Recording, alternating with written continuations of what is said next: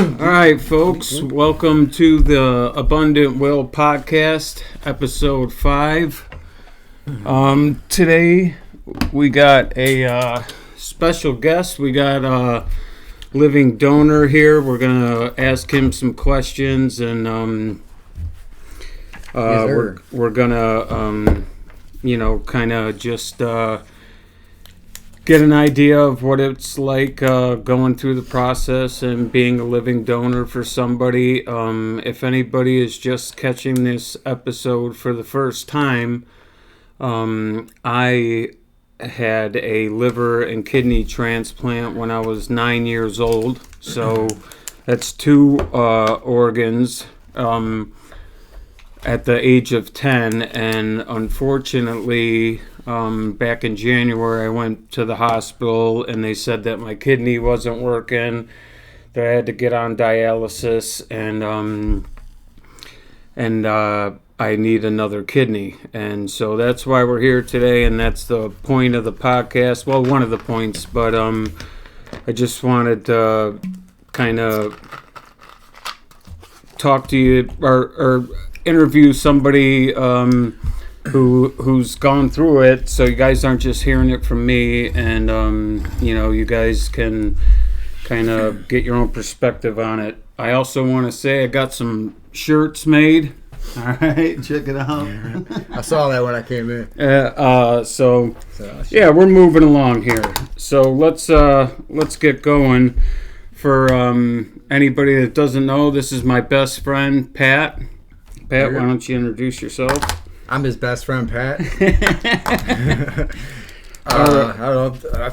We know each other forever, so yeah. Since the way day one, A1. Yeah, we've known each other for basically about 30 years. So, right about the time I had finished being sick and finally getting better is when I met Pat. Yeah, I think you already had the surgeries after I met you. My sister babysat. Mm-hmm. Your younger siblings, probably because your mom didn't trust you. Yeah, probably. I'm sure. Yep. So. All right, so we'll get into it here. You got random questions, right? That's what we're gonna do? We're not random. Not random, but we're just gonna spitball a little bit here. Right. So, how does your family and your mom feel about your decision to give me a kidney? But I mean, they're cool. They're all right with it. It's a very Irish Catholic family, so we don't really go too deep into stuff like that. But it's like, oh yeah, well, I mean, it's not a shock. None of them are shocked that I would. Right. That I am even looking into it like that. I mean, they know me too. Oh yeah. So Well, you know what I mean. This is. I mean, I think we all knew at some point you're gonna need one. So. Right. And I feel like I remember. I do remember. It's not like I feel like I remember being like, I'll give you my fucking kidney. Yeah. Oh yeah. I wasn't lying. I know. I would. So. We can get into that later, though. I'm sure you got questions with that. Oh shit! Sorry. I guess the next question. So, but to get more deep on that, like they don't. Nobody was like, "What the fuck? What right? What are you doing?" It was all like, "Oh yeah, that's something you do." So, right. You know what I mean? And it's not for. I'm not willy nilly giving it out because I'm having some mental breakdown and nothing. I wouldn't give it to like. I wouldn't get into that for like someone I barely knew. Right. You know? Right. Yeah, I mean, maybe I would. I don't know. Some silly shit. Yeah, sometimes. But it's most of the time it's going to be someone that you're close to or something family like that. Or friends that are family, you know. Yeah. Yeah. I guess the next question for somebody who like, I know I go to the hospital quite often. I've had more experience at the hospital than probably most people. How was your experience for testing day and going through all that? It wasn't bad. I mean, honestly, they kind of rolled out the red carpet for me. Mm-hmm. Once you go up there and say you're like you're with the donor things and here to get a test or whatever it is. Right. I don't think we waited more than 10-15 minutes. Yeah, and like I said on the last episode, I met Pat and his mom up there last Monday. just to kind of help them navigate, because I mean it's a huge place, dude, and there's like 3 different wards or whatever that you have to go to, and it could be fucking confusing. So it's stupid. It's hella confusing. Yeah, if you weren't there and my mom wasn't there. Yeah. I mean, me and my mom are pretty much kind of the same, but I hate hospitals. I can't stand them. Oh, I know.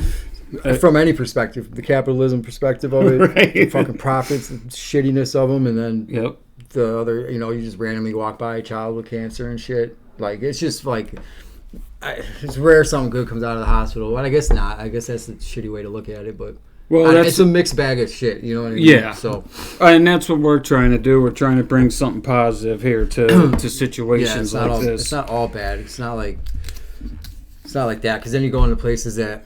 I mean, you're fucking lucky to even have a place like that to go to in the first place. Right? Mm-hmm. So it's all perspective. Yeah, this is true. Well, how do you want to look at it? How do you want to leave it? Yeah.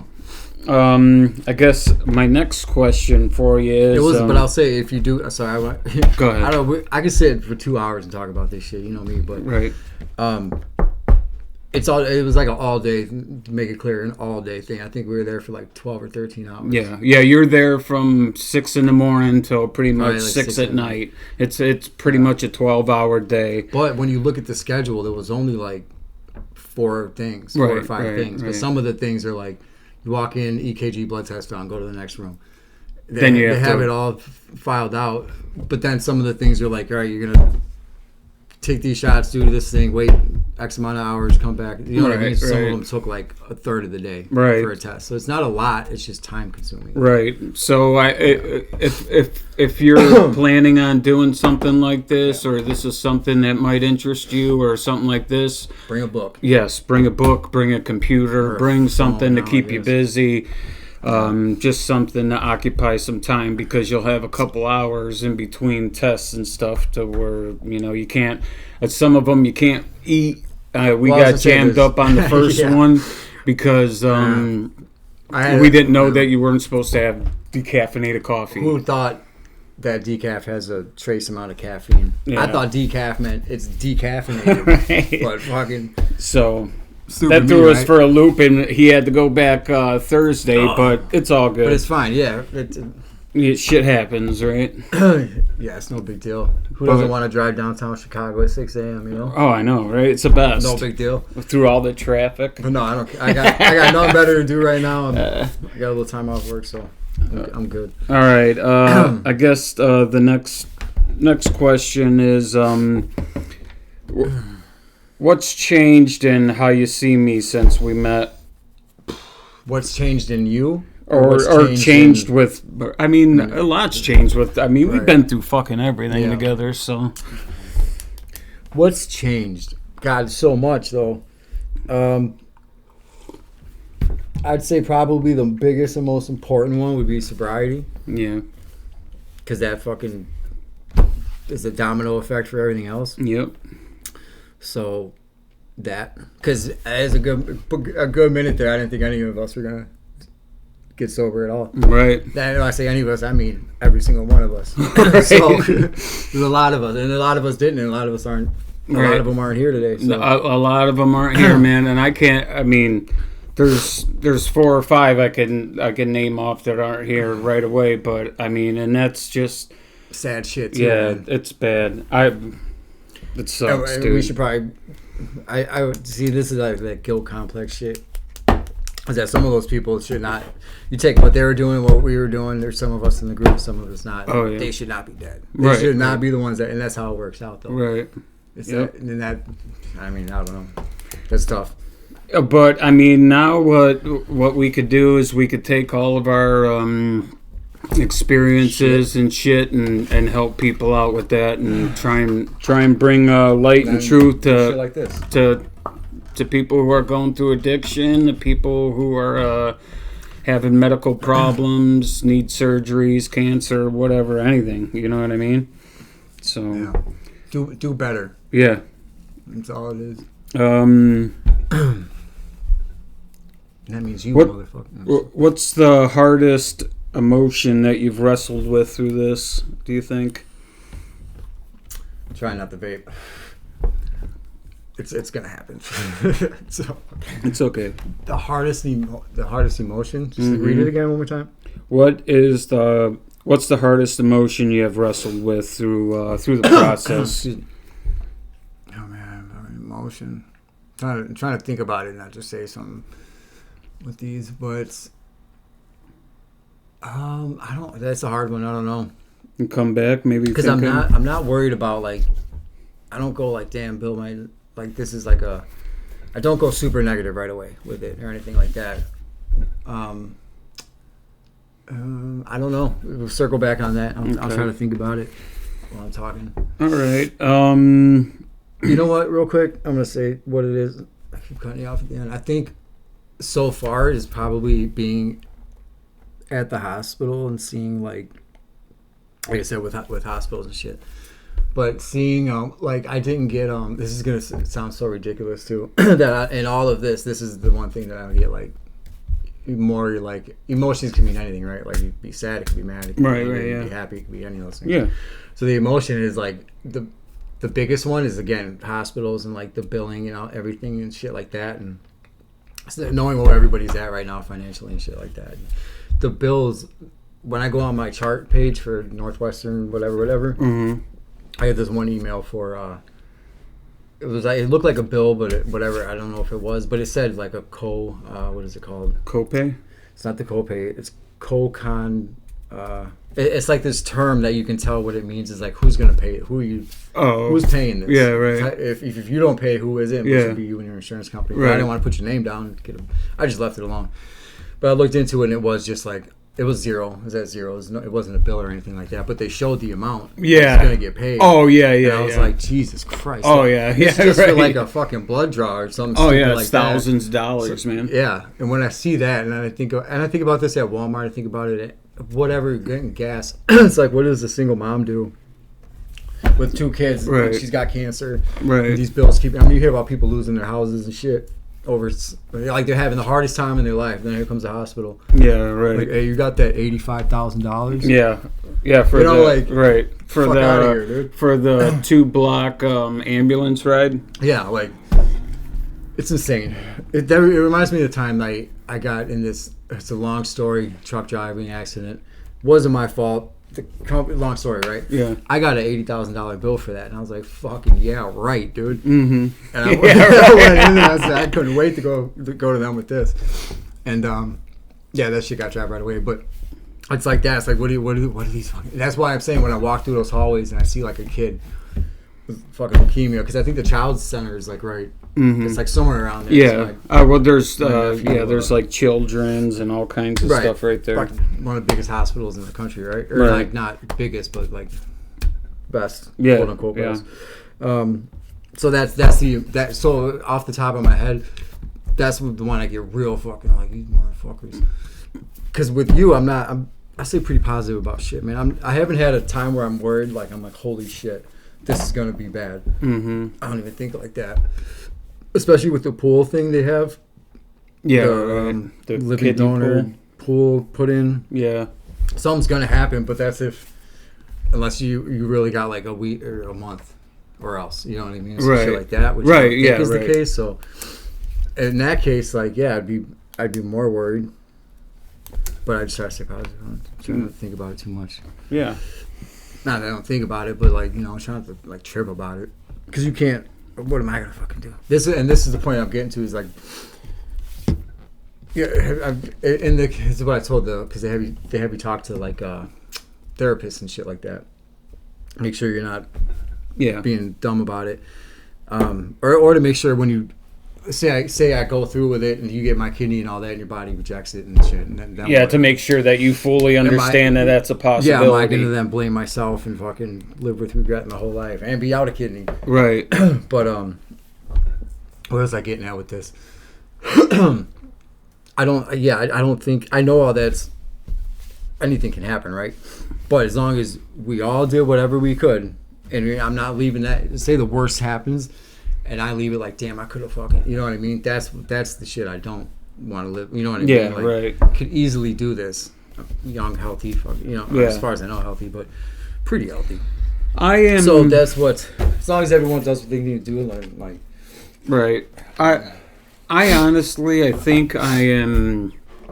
I've been thinking about it a lot lately, and I'm thoroughly confident that everything's gonna work out just fine. Yeah.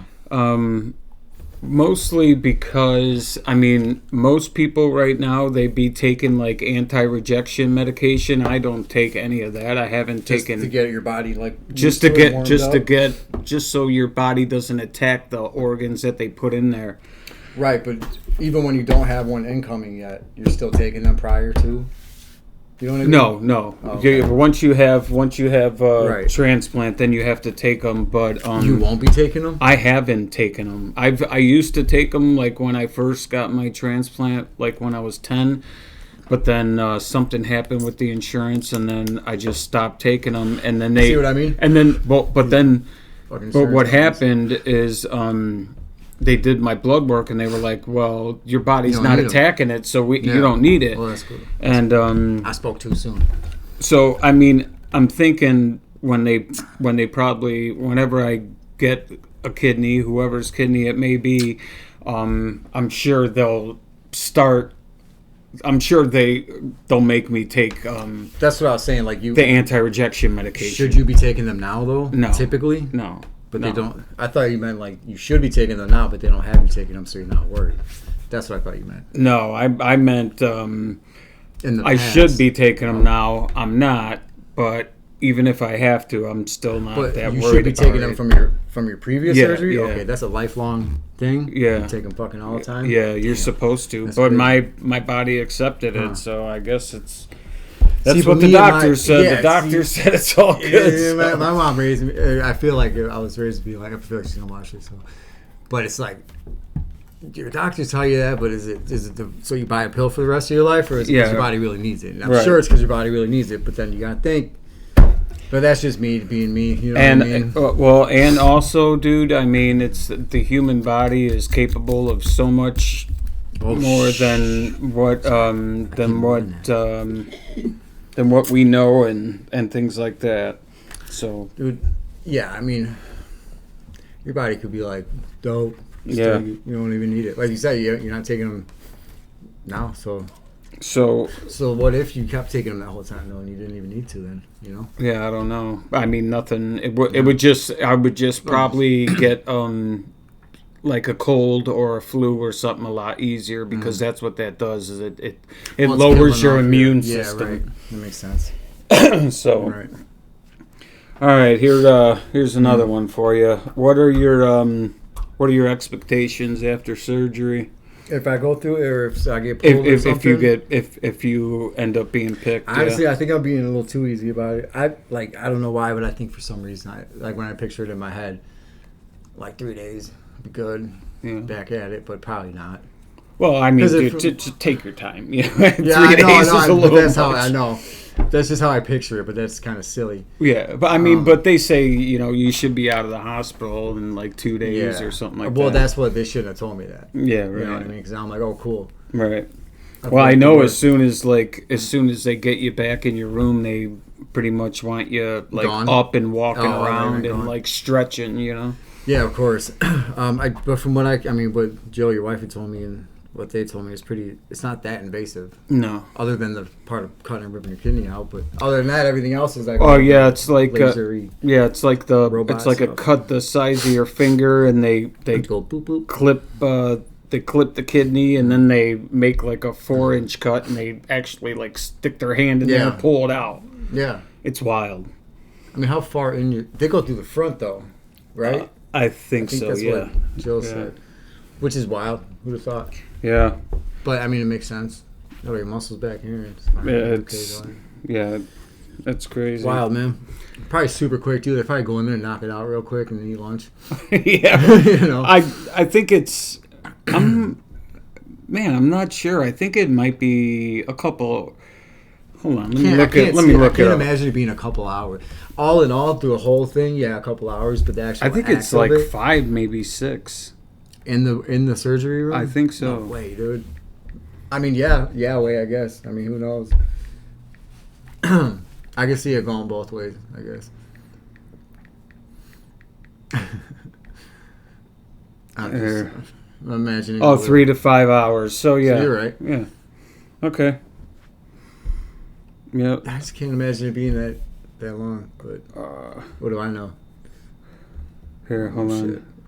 Yeah, removing the donor kidney, placing the donor kidney in recipients. Oh, we're doing all that, yeah. Lower abdomen, connecting the donor kidney blood vessels, and then closing the incision. Imagine putting together a blood vessel. Yeah, that's wild. I mean, imagine like the people who like work on the heart and stuff like that. It's just wild, you know what I mean? It's insane. So, fucking count me out. I don't even want to be in the room. All right, I think I got maybe one or two more for you. So, what do you want to say to anybody who's possibly considering doing this for a friend or a family member or something? Oh, guys, I'm gonna sound like an asshole, but make sure they deserve it. You know what I mean? Mm-hmm. Got all scumbag uncles out there and shit, and people like that. If your dad calls you 30 years later and asks for a kidney, give it to him. Maybe, I don't know. So I keep hitting the table and fidgety. It's okay. We're probably gonna have to re-record this whole thing. One, I don't know. This may be answering other questions. I don't know, but I would think about the grand scheme of everything because I have. It's not like I was like. I mean, when I found out and you told me about the questionnaire thing, I'm like, well, you should have sent this shit a week ago or whatever. But yeah, because I didn't tell you, did I? Didn't Jill say something to you? No, or something? You said something to me. You just nonchalantly said, "Oh no, I got to do my They're letting me do my dialysis at home." Oh yeah. Yeah. I was like, fucking, what dialysis? Why do you want dialysis? Right. And like, oh, no. That time you were in the hospital, was it 12 weeks? No, it was 12. No, it was 9. It was like, it was like 6 or 6 something. Weeks. Yeah. It was 12, 9, and 6. Yeah. I didn't know the most I knew about that. This is the one complaint I have about my friends. Not just Brent or other friends and shit, too, that like have anything. It could be a car accident. It could be like a DUI and they were locked up for whatever, a couple weeks. Is like you gotta let people know, man. Yeah. Right. But you did let me know. I did not know you were in the hospital. I knew you were in there because I was gonna come up and see you and shit. Mm-hmm. And the extent of what was told was like something about. I'm so bad at this stuff too. Something about like something was left in from an older surgery that like wasn't taken out or something. It was like pushing urine back into the bladder and the kidney or something. Something got infected or something like that. That's what I thought it was all about, which it could have been. Right. But I didn't know the other part about, he also you're going to be on dialysis and you need a new kidney. Yeah. So I didn't know that part, which is totally fine. That's a big deal and that shit takes time though. And I was told I knew you were in the hospital all the fucking time. So. Right. And I would imagine that, if that happened to me, I would probably need a couple weeks to like gather my thoughts before I tell it. It's like if you're having a kid, you don't tell tell everybody right away. Yeah, you know I don't know, man. When I'd probably need a little bit, just to process the shit. You know what I mean? Like, yeah. When I got the news, I think I was just kind of like, I'm just so tired of fucking going through this, dude. Like, I don't give a shit, man. I can only imagine. I'm done with it. And that's when I decided I was like, all right, well, whatever, man. I'll start a podcast and see if I can help some people or stuff like that. Because I mean, I'm just tired of going through this, dude. I mean, it's like, it's been my whole life. I can't even imagine it. Yeah. I hate hospitals as it is. I don't even like the chest X-ray was the only thing I was nervous about, just because I'm a smoker and had smoke. I just beat the shit out of my body. You know? Right. And that's the only thing that sketched me out about it. And I don't even like. I didn't like 13 hours in there. I can't imagine doing 30 years in there. You know what I mean? Right. That's a sentence in my book. Mm-hmm. So, yeah, no, I just that's tough. But yeah, and even through say the day. You know, when you were a kid and you got your surgeries done and all that, to right now, it's not like you just never went to the hospital. You know what I mean? Like, consistently. Right. whether it just be regular routine checkups or maybe something like what had happened this time. Well, I remember, you remember when I was in high school and I had to walk around with that fucking tube hanging out of me for a year. Yeah, it fucking sucks. Yeah. And then it's deeper than just sucks, too, because then you, like, I don't know. You can act as tough as you want and all that kind of shit, but then you got the stuff like you're the dude with the thing in the thing. You know what I mean? You got that kind of shit that you got to worry about in school. And, like, you can't be like running into people or hitting. That shit hurt, dude. No, not only that, but it's not like we didn't fight either. You know what I mean? So it's like, now what? Yeah, fucking. I better not get hit. And good luck. And you weren't exactly not trying to get hit either. So, right. You know, like we were kids that would get in a fight. So yeah, shit like that. You know. So yeah, you're consistently in and out. And just going through that shit at that age. Yeah, man. It's been a long road, man. Yeah. But I mean, that comes with all its own fucking bullshit. Yeah. But that's okay because I got fucking... I know it. Yeah, we could have a whole other thing on, like, why bad things and trauma are good things. Yes. As long as you work on it and get through it and process it and fucking do the right thing. It might take 30-something years to find a therapist, but right, or it might take you 30 years to figure out what the fuck, why you had to go through what you had to go through. But when you figure it out, everything will make sense and everything will work out and everything will be fine.